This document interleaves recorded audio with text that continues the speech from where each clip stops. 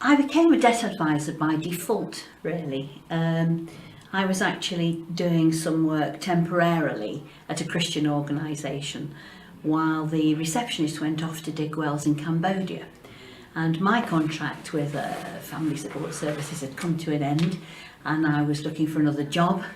And so I went to do this saltbox job. And on my last day, I was called into the boss's office and said, would you like to stay on? So I started as a trial, and of course I was there 7 years later, and recently retired to set up my own charity, the Bridge Money Advisory Service. I feel passionate about doing this because so many people are in so much trouble, and I do a lot of work with people with mental health issues. I work at Headway with brain damaged patients, and I work with the Harplands Hospital, which is a local mental hospital.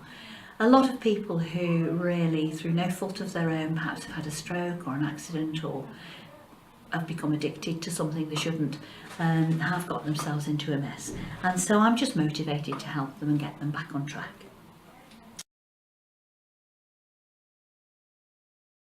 The feeling of being able to see people get back on track. It's the feeling of being able to see the relief in someone's eyes when they haven't got to hide from answering the door, when they haven't got to not open a letter, you know, when they haven't got to worry about who's going to be on the phone, and when they can actually walk openly out of the door without a bailiff or someone waiting outside, an enforcement officer waiting outside to catch them or nab them, and to start their life and live over again. And I've got a catalogue really of success stories, and that really gives me tremendous satisfaction.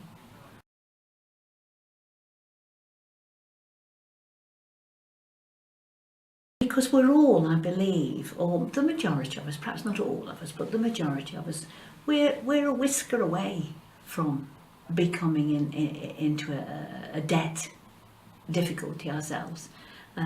We're a whisker away from being in trouble. You know, if my salary stopped tomorrow, how many months would it be before I actually was really struggling to pay my mortgage, really struggling to to pay my bills? And if I couldn't get another job, or if another catastrophe happened in the family, which very often happens for these people, you know, death of a loved one or an accident, how long would it be before I was catapulted into the same situation and I would desperately need help? So we're all so close to that situation where we need help, and that's why I would encourage other people to become debt advisors.